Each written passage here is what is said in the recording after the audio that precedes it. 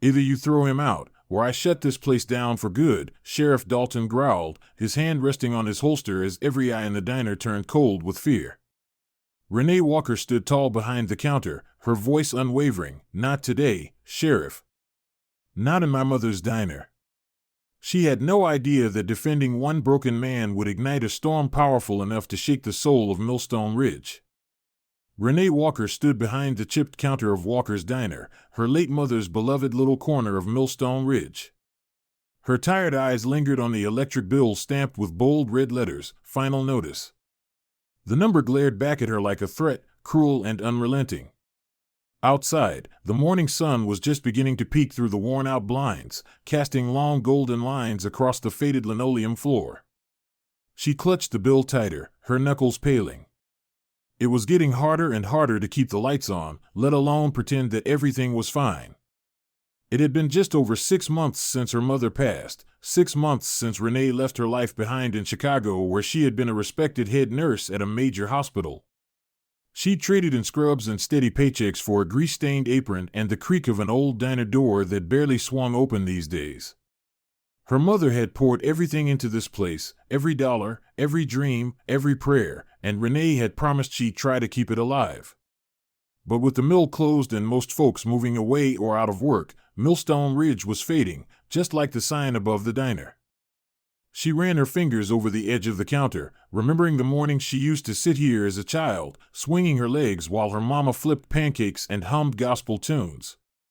Back then, the booths were full, the smell of bacon filled the air, and laughter danced over coffee cups. Now the only sound was the slow tick of the old clock above the register, as if it, too, was counting down. The little bell over the door chimed. Renee straightened up, brushing invisible lint off her apron, forcing a smile that didn't quite reach her eyes. It was just Mr. Barnes and his brother, regulars more out of routine than appetite these days. They gave her a nod and found their usual booth. She took their order with practiced warmth, though her mind was already back on that bill and the mountain of others waiting for her at home. She was halfway through pouring their coffee when she heard it, the unmistakable rumble of a motorcycle. Loud. Slow. Powerful. It drew closer, shaking the quiet stillness of Main Street. Renee paused, coffee pot in hand, and glanced out the window. A single Harley-Davidson pulled up and idled in front of the diner. Its rider cut the engine and swung one leg over with practiced ease. He was tall, broad-shouldered, and walked with the heavy confidence of someone who'd seen a lot and wasn't afraid of much. His leather jacket was worn but sturdy, and his presence made Mr. Barnes glance nervously out the window. The door swung open. The man stepped inside. Tattoos peeked out from beneath his sleeves, and his face was lined and tired, like someone carrying a heavy burden. The diner went still. Renee could feel the air tighten.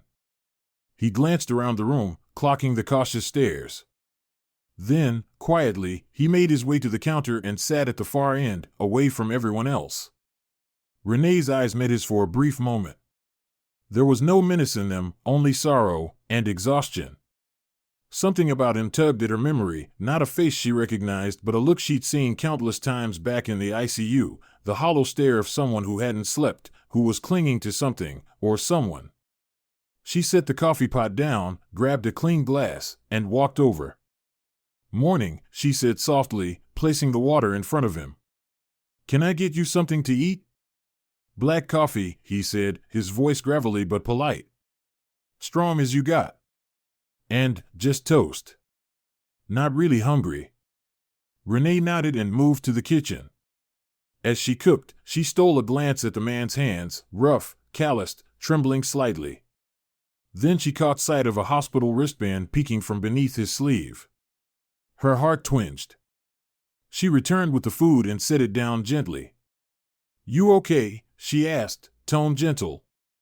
"You look like you've been through hell." The man stared at the steam rising from the cup for a long moment, then finally looked up at her. "Name's Damon." "Damon Cross," he said quietly. "My daughter. Emily. She's dying. Cancer. We're at Riverside Hospital. They told me this morning she doesn't have much time left." The words hung heavy between them. Renee's throat tightened. "I'm so sorry," she whispered, her voice sincere. I can't imagine what you're going through." "She's all I got left," he said, looking down again. "Her mom passed 5 years ago. I promised her I'd protect Emily no matter what." But now, his voice cracked, and he turned away quickly, wiping his face with a shaking hand. Renee placed a hand lightly on his shoulder. "Being there for her now, that is protecting her. Sometimes, love means just showing up, even when it hurts." He looked at her then, eyes red-rimmed and filled with something like relief. "Thank you," he said quietly. But that fragile peace shattered a moment later as the diner door slammed open. Sheriff Ray Dalton strode in, all boots and swagger, his deputy trailing close behind. Dalton's presence sucked the warmth out of the room like a vacuum. His cold blue eyes swept the diner, landing instantly on Damon. Well, he drawled, loud enough for everyone to hear. "What brings a Hell's Guardian into our quiet little town?" The silence thickened. Damon said nothing, jaw clenched. Renee stepped forward. "He's a paying customer, Sheriff. Just having his breakfast." Dalton's eyes flicked to her, a mocking smile playing at his lips. "Didn't take you for someone who fraternizes with people like him." Renee's blood ran cold, but her voice remained steady. "I treat every customer with respect. That's how my mother ran this place, and that's how I will too." The sheriff chuckled, but there was no humor in it. "Let me give you some friendly advice, Miss Walker. Folks around here don't take kindly to bikers, especially ones wearing that patch." He nodded toward Damon's jacket.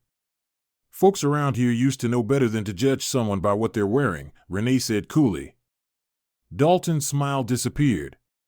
"Be careful, Renee. You keep siding with the wrong kind of people, and you'll find yourself mighty alone in this town." He turned and walked out, leaving the air in the diner frozen behind him. And the next day, it began. Customers stopped coming. Friends crossed the street to avoid her. A red spray-painted message appeared on the diner window, "Biker lover. Get out." Renee cleaned it off with trembling hands, but she couldn't scrub away the sting. Each morning she unlocked the door to silence, every table empty, every stool cold. The same diner that once felt like home now felt like a trap she couldn't escape. But still, she came. Every day. She opened. She cooked. She waited. Because some things were worth standing for, even if you stood alone. She would not apologize for kindness. She would not apologize for treating a grieving father like a human being.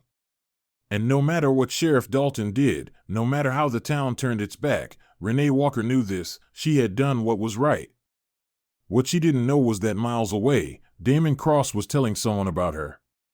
Someone who was listening. And someone who was about to change her life in ways she could never imagine. The diner was quieter than ever the next morning. Renee unlocked the door as usual, her movements slower, her heart heavier. The words Sheriff Dalton had thrown at her still echoed in her mind, cold, sharp, and meant to bruise. Outside, Main Street was still, save for the lazy drifting of wind-blown leaves. She glanced toward the sidewalk, half expecting to see the red spray-painted slur again, but the glass was clean. At least today. She flipped the lights on and stood in the middle of the empty diner, just listening to the silence. Her mother's picture hung on the back wall, watching with the same calm strength she had always carried. Renee whispered to it, "I did what you would have done, Mama. I just hope that's enough." But truth be told, she was starting to feel like it wasn't. Customers had disappeared. Locals she'd known since childhood now crossed the street when they saw her coming. The coffee brewed, the grill sizzled, but no one came. The only visitor that morning was loneliness, and it stayed for lunch, too. By late afternoon, she was wiping down already clean counters just to keep herself moving. That's when the doorbell chimed. Renee didn't expect anything. Probably another glance through the window followed by a quick retreat. But this time, 2 people stepped inside. A tall man with graying temples and a weathered face walked in first, his shoulders square and his boots heavy. Right behind him was a woman, graceful and warm, with kind eyes that sparkled like the morning sun through clean glass.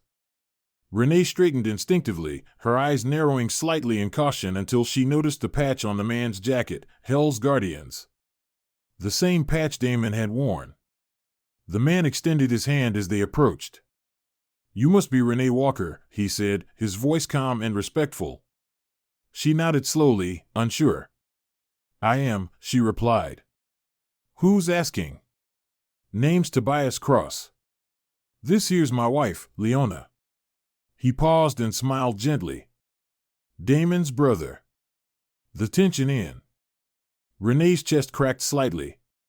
"How's he doing?" Tobias's smile softened. "He's hanging in there. It's Emily, she's still fighting. Some days better than others. But Damon wanted us to come. He told us what you did for him. How you stood up. Said you showed him more kindness in 10 minutes than most folks did in a lifetime." Leona stepped forward then, her voice rich with gratitude. "We wanted to thank you personally, Renee. That kind of courage? That kind of heart? It means everything." Renee swallowed hard, her throat thick with emotion. She wasn't used to anyone saying thank you these days. Most barely met her eyes. "I just did what I thought was right," she said softly. Tobias nodded. "And for that, you've got our respect. And more importantly, you've got our support." He leaned forward slightly, his gaze steady. "Hell's Guardians protect those who protect us." He said it like a promise, carved in stone. Leona added with a touch of steel behind her warmth, "You stood alone. But you won't be alone much longer." They stayed only a few more minutes, sipping coffee and trading stories about Damon, about Emily, about the road. When they left, Renee stood at the door, watching them walk down the street, her heart oddly lighter, like the first breeze after a long, heavy storm. She didn't know what they meant by support. But she'd find out soon enough. 3 days later, just after sunrise, the ground began to hum. At first, it was distant, a low, throaty thunder rolling in from the hills.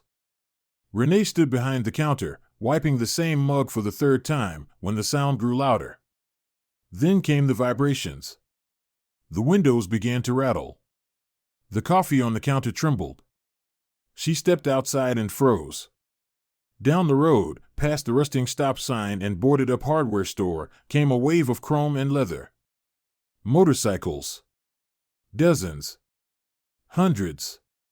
They rolled in slow and powerful, like a silent army. Gleaming Harleys, some matte black, some painted in fierce flames. Others adorned with symbols she didn't recognize but instantly respected. Tobias led the charge, his jacket crisp in the wind, eyes focused. Behind him rode Leona. Then Damon. Then more. Rows and rows. Over 200 bikers descended on Millstone Ridge that morning. They filled every parking space, every alley, every curb. Locals peeked from windows, frozen with shock. Some gasped. Others locked their doors. But the Guardians said nothing. They simply parked, dismounted, and walked, deliberate, calm, united. Right to the diner. Renee stood at the entrance, heart pounding, unsure whether to laugh, cry, or run. Tobias approached first. "Told you you weren't alone," he said with a wink. Then he turned to the crowd and with a single motion, signaled them forward. They came inside, filling every booth, every stool, every inch of the place that had been so heartbreakingly empty for weeks. And they ordered coffee, burgers, pancakes, pie. They ate. They tipped. They laughed. They hugged her. Renee could barely keep up. She moved like she was dancing, one plate here, one pot of coffee there. Her heart soared, breathless and full. Outside, townspeople gathered, watching in stunned silence. At first, the fear was thick, centuries of bias and suspicion hard to shake. But then something unexpected happened. A young boy waved at one of the bikers. The biker waved back. An old man nodded from across the street. Another biker offered him coffee. Slowly, curiously, they crossed the invisible line. And then the real miracle began. Conversation sparked. Introductions were made. Dorothy Langston, who had whispered judgment about Renee just a week ago, found herself sitting beside a silver-bearded biker named Bear, chatting about homemade chili and grandkids. Dave and Martha Hill, who once avoided the diner completely, stepped inside, ordered coffee, and stayed for 2 hours talking to a biker couple about road trips and military service. Stories poured out funny, heartbreaking, human. The leather jackets faded into the background. Renee watched it unfold, barely believing it. Her diner, once cold and abandoned, had become a bridge. A sanctuary. A place where fear was replaced with connection. But not everyone was pleased. Sheriff Dalton stood across the street, arms folded, jaw clenched so tight it looked like it might shatter. His deputy, clearly nervous, whispered something, but the sheriff didn't move. He just stared, furious, impotent. Tobias noticed him too. He stepped out of the diner, met Dalton's glare with calm steel, and offered only a nod of acknowledgement. No words. Just a look that said, "We're not going anywhere." Inside, Renee paused by Damon, who sat sipping coffee, a tired but grateful smile on his face. "You didn't have to do all this," she said quietly. Damon met her gaze. "Yes, we did. Because you did what no one else in this town had the courage to do. You saw a man, not a jacket. And you didn't look away." Renee blinked back tears, overwhelmed. I didn't want him to treat you like that." Damon placed a hand over hers. "And that's why we'll never forget you."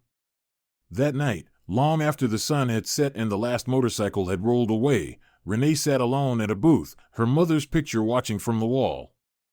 She sipped her tea slowly, eyes closed, replaying the day's events like a dream.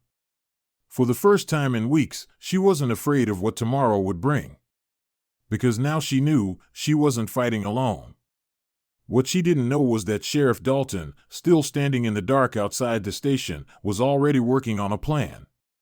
One born of anger, of pride, of the bitter taste of lost control. And he would stop at nothing to take it all back. Renee Walker stood by the window of her diner, watching the last of the bikers ride off under the gold-tinged morning sky. The rumble of engines faded slowly into the distance, but the echo it left in her heart was far louder. The quiet that followed felt different, no longer heavy with isolation, but charged with something powerful, hope. She looked out across Main Street, where townsfolk still lingered on sidewalks, talking, exchanging glances with one another as if they were just waking from a long, shameful sleep. For the first time in weeks, Renee had smiled without forcing it. But even as the warmth of solidarity filled her small diner, she couldn't shake the sense that something darker was stirring beyond the surface. And she was right. Because across town, behind the blinds of his office window, Sheriff Ray Dalton watched the scene unfold with seething fury. The display of unity, of gratitude, of power that didn't bow to his authority, it gnawed at him. His fingers drummed a slow, methodical beat on the arm of his chair. Hell's Guardians rolling through his town like they owned the place. Renee Walker turning into some kind of local hero. It was all unraveling. His grip. His image. His order. And he wasn't going to let that stand. "They want to embarrass me," he muttered under his breath. "Let's see how they like it when things get real uncomfortable." The next morning, Renee opened the diner early, but the optimism from the day before had turned uneasy. Something in the air felt off. The regular bikers who had stayed the night nearby hadn't shown up yet, and townsfolk who'd been warming up to her just yesterday were now walking by with tight faces and downward stares. Then she saw it, on the diner's back door, scrawled in black paint, "Trust the wrong people, you pay the price." Her hands trembled. She stepped outside and found her tires slashed. Not just hers, 2 of the bikers' bikes had been tampered with too. It didn't take a genius to figure out who was behind it. But Renee kept her head high. She cleaned the message off the door. She called Tobias. And she stayed open. By mid-afternoon, the diner was packed again, only this time it wasn't just bikers or curious locals. Reporters had shown up. News of the biker rally had spread faster than anyone imagined. People wanted to know who this woman was, the black diner owner who'd stood up to a sheriff, who'd welcomed leather-clad strangers, who had somehow turned a sleepy southern town into a flashpoint for something far bigger. That night, under the hum of fluorescent kitchen lights, Tobias sat at the counter sipping black coffee. "Word's gotten around, Renee," he said, watching her carefully. "And not everyone's happy." "Sheriff?" she asked. Tobias nodded. "He's stirring the pot. Planting fear. Whispers about you. About us. About the town being overrun." Renee set a plate down gently and sat across from him. "He's not just trying to scare me anymore," she said. "He's trying to destroy everything I've rebuilt." "Then maybe," Tobias said, voice firm, "it's time we stop letting him do it in the shadows." 2 days later, the town's small meeting hall, normally used for bake sales and school board meetings, was packed beyond capacity. Word had spread about the community hearing. Sheriff Dalton had been officially called to answer for his behavior after multiple complaints had been submitted anonymously to the county board. But nobody expected what came next. When Renee entered the room, the silence was deafening. Dozens of residents, many of whom had once ignored her, now looked at her with a complex mix of guilt, curiosity, and quiet admiration. Behind her walked Tobias, Damon, and nearly 30 Hell's Guardians, each with a respectful, measured presence. No intimidation. Just resolve. Sheriff Dalton sat at the front, jaw tight, arms crossed. Deputy Field sat beside him, visibly uncomfortable. As the moderator called the hearing to order, Tobias stood and stepped to the microphone. His voice was calm but filled with restrained thunder. This town watched one of its own stand alone for doing the right thing. And it watched a man with a badge try to break her for it. Murmurs rippled through the room. Renee Walker didn't invite chaos, Tobias continued. She welcomed a father who was grieving. A man who needed coffee and kindness. She stood up when it counted. And what did she get in return? Harassment. Isolation. Vandalism. A sheriff who used fear instead of law. He turned to Dalton. "You forgot what service means." Dalton stood abruptly, face red. "You think you can roll into my town and tell me how to do my job?" "Our town," Renee corrected from the back, her voice clear. "Not yours." The room fell still. Damon stood next. "I came here broken," he said, voice rough. "My daughter's still fighting for her life. And the only reason I had the strength to stay by her side was because that woman treated me like a human being when no one else would." He pointed at Dalton. "You didn't even ask my name. You just saw my jacket and decided I was the enemy." From the audience, Dorothy Langston, once one of Renee's critics, stood up slowly. "I used to believe in Sheriff Dalton. But now? I believe in Renee. I saw with my own eyes how she brought this town back to life." One by one, others stood. The Hills. Mr. Barnes. Even Deputy Field shifted uncomfortably in his chair. He started, then cleared his throat. "I stood by and let things happen I didn't agree with. I didn't have the guts to speak up before. I'm sorry, Renee." Sheriff Dalton's jaw clenched tighter than ever. "So this is what it is now," he spat. "Mob rule? You people really think she's some kind of hero?" "No," Renee said, walking forward slowly. "I'm just someone who didn't look away when someone needed help." She paused at the microphone. "You taught this town to fear. To divide. I just reminded them we're better than that." The moderator stepped in. "Sheriff Dalton, in light of these testimonies and the community complaints, the board recommends a formal apology and internal investigation into your conduct." Dalton looked like he might explode. But surrounded, exposed, and powerless, he finally stepped to the mic. "I did what I thought was right," he muttered. "But maybe I let things get personal." To Renee Walker. "I apologize." The words felt like gravel in his mouth. But they were said. And the moment they left his lips, something shifted. The tension that had gripped Millstone Ridge for weeks began to lift. In the weeks that followed, the town changed. Slowly. But surely. Renee's diner overflowed with customers, locals, bikers, travelers passing through. Sheriff Dalton remained in office, but his power was checked. He nodded respectfully whenever he entered the diner, his presence no longer looming but humbled. One quiet Saturday evening, Renee sat in the back booth alone, a cup of tea in her hands, her mother's picture smiling from the wall beside her. Damon sat across from her, chuckling as he shared stories of Emily's slow but hopeful recovery. "She wants to meet you," he said. "Says you're her hero." Renee smiled softly. "She's mine too."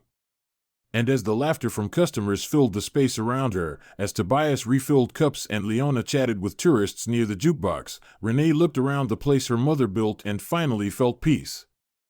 It wasn't just a diner anymore. It was a symbol of courage, of unity, of the truth that sometimes standing alone for what's right means you never stand alone again.